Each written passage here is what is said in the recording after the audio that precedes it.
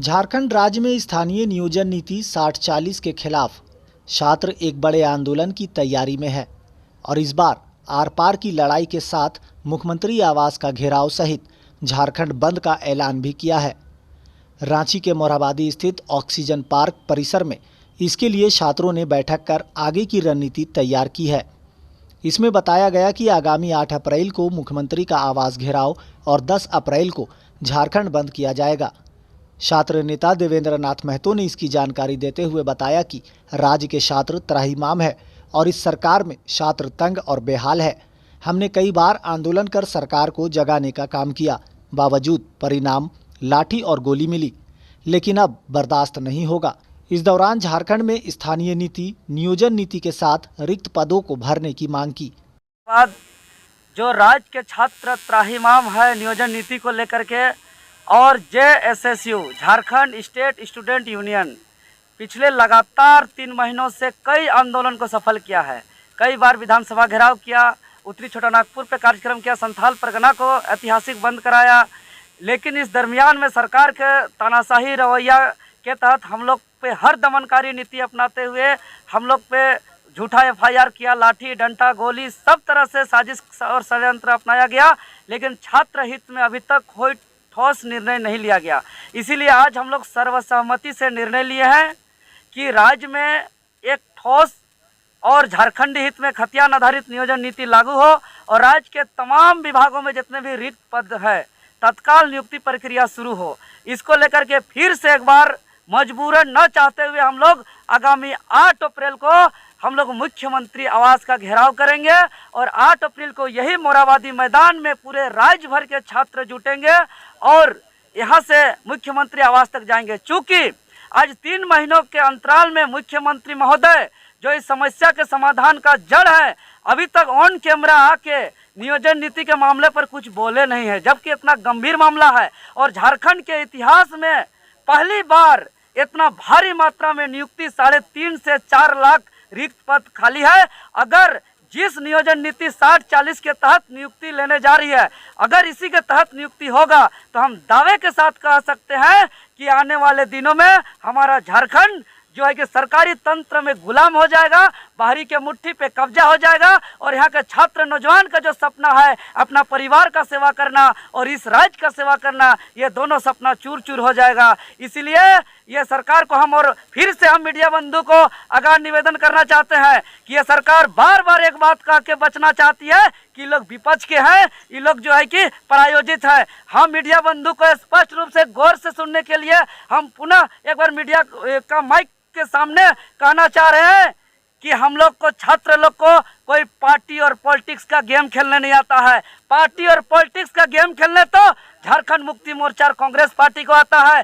जो झारखंड मुक्ति मोर्चा कांग्रेस पार्टी हम लोग को कहती है विपक्ष प्रायोजित, यही अर्जुन मुंडा भारतीय जनता का पार्टी का जब सरकार बना था तो यही झारखंड मुक्ति मोर्चा के संगठन या सहयोग से बनाया था और यही आदरणीय गुरुजी शिबू सोरेन जी का जब सरकार बना था तब भाजपा का सहयोग से बना था। पार्टी पॉलिटिक्स का गेम तो ये लोग खेलते हैं और छात्र को गुमराह करते हैं और झूठा FIR करते हैं। वहीं छात्र नेता मनोज यादव ने कहा कि अब इस सरकार के झांसे में छात्र नहीं आने वाले। जब हमारी बात नहीं मानी जा रही तो हम सड़क पर अपनी आवाज बुलंद करते रहेंगे। आप लोग देख रहे हैं कि आपके प्रेस कॉन्फ्रेंस के माध्यम से यहाँ पर इसके पहले छात्रों का जो है छात्रों का मीटिंग हुआ और मीटिंग में जो है सर्वसम्मति से यह तय हुआ कि 8 तारीख को माननीय मुख्यमंत्री महोदय का घेराव किया जाएगा और 10 तारीख को संपूर्ण झारखंड बंद रखा जाएगा। ये जो है ये सर्वसम्मति से तय हुआ, तैयारी है, पुलिस की तैयारी है। सबसे बड़ी बात देखिए, आप संथाल परगना बंद हुआ, हम लोग पढ़े लिखे हैं, हम लोग स्वतंत्र रूप से जो कह रहे हैं शांतिपूर्ण प्रदर्शन करने के लिए बात कर रहे हैं, हम लोग को हरवे हथियार के साथ नहीं निकल रहे हैं। इसलिए पुलिस से जो है और प्रशासन से मेरा कोई ये कहिए कि लड़ाई झगड़ा नहीं है।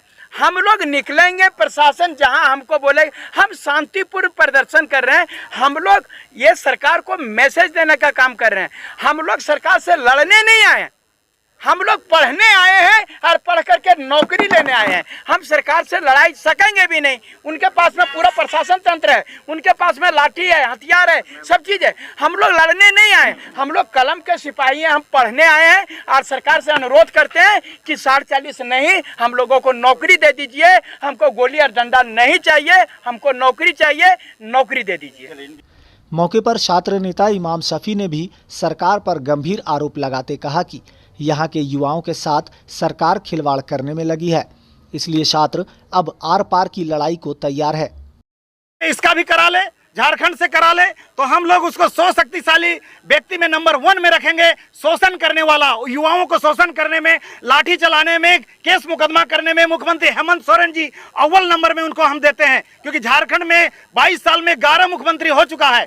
11 मुख्यमंत्री में सबसे नाकारा, निकम्मा और नालायक मुख्यमंत्री, अशिक्षित मुख्यमंत्री हेमंत सोरेन को माना जाएगा। क्योंकि ये राज्य की तमाम रीतियां जो सरकार बना रही है वो झारखंड के छात्रों के अहित में है, ठीक ना। अभी हमने देखा कि संथाल प्रोग्राम में शांतिपूर्ण तरीके से आंदोलन हुआ और वो बहुत बढ़िया मैसेज दिया। अभी हमारे जितने भी छात्र नेता दिख रहे हैं ये राज्य के छात्रों के लगातार आंदोलनरत है। आंदोलनरत इसलिए है कि जो भी नीतियाँ बन रही है वो संदेह के घेरे में है। और ये भी जो 60-40 की जो नीति लाई गई है कहीं न कहीं राज्य के जो छात्रों के अहित में, ये बाहर से जो 60-40% जो सीटें हैं वो तमाम ऑल इंडिया लेवल के आमंत्रित किया जा रहा है कि आइए हमारे यहाँ धर्मशाला खुला हुआ है, आप आइए यहाँ नौकरी करिए। लेकिन आप अदर राज्य का आप स्टडी करिएगा तो ये देखिए कि उस तरह के नियम नहीं है। तो हम लोग चाह रहे हैं जो भी जो 3rd या 4th ग्रेड की जो नियुक्तियाँ होती है वो राज्य के तमाम विद्यार्थियों को अधिक से अधिक सीटें मिले, ठीक ना। आप तो हम लोग देखते हैं कि 60% के बाद आप ऑल इंडिया लेवल पे आप नियुक्ति कर रहे हैं, तो ये कहीं ना कहीं गलत है। और इस पर्पस के उद्देश्य से हमने देखा कि विधानसभा भी घेरा हुआ और राज्य में बंदी भी हुई, संथाल प्रोग्राम बंद भी हुआ। और जो अभी 8 तारीख को हम लोग मुख्यमंत्री आवास का जो घेराव होना है, और हम ये चाहते हैं कि राज्य के तमाम विश्वविद्यालय, मैं देख रहा हूँ कि झारखंड मुक्ति मोर्चा या फिर कांग्रेस की सरकार है, आज ट्राइबल्स जो आदिवासी चुप है, उसके लगता है कि ये आदिवासियों की सरकार है। तो मैं बता देना चाहता हूं कि ये आप एक महान भ्रम में हैं। आपको लगता है कि आदिवासियों की सरकार है, तो आपकी जो नियम जो है, नियम क्या कर रही है, ये आपको मुंबई दिल्ली में आपको क्या बोलते हैं, बाहर भेज रही है, पलायन करवा रही है। तो आप राज्य में जो उम्मीद के साथ आपको चुना है, तो सरकार को ये सर्वप्रथम दायित्व होना चाहिए कि यहाँ के लोगों को, जो दूर ग्रामीण लोग से पढ़ने के विश्वास के साथ आते हैं, उसको नाउम्मीद को ये कुचलने का काम कर रही है सरकार।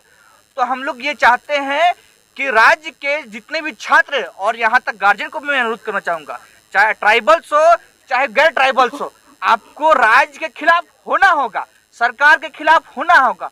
क्योंकि ये हमारे जो झारखंड जो 2000 में स्वतंत्र हुआ, राज्य से अलग हुआ, वो उसके विपरीत जा रही है। तो हम लोग चाहते हैं कि शासन प्रशासन है झारखंड के मूल भाव को समझे। और मैं ये नौकरशाह को भी कहना चाहूँगा कि राज्य के जो जितने भी विधायक सरकार है वो भी असमंजस में है कि क्या नीतियाँ बन रही है। हमने देखा कि इससे पहले जो नीतियाँ थी वो संदेहास्पद, विवादास्पद था, जो रद्द होना पड़ा, और आज भी जो नीतियाँ आई है वो भी विवादास्पद है।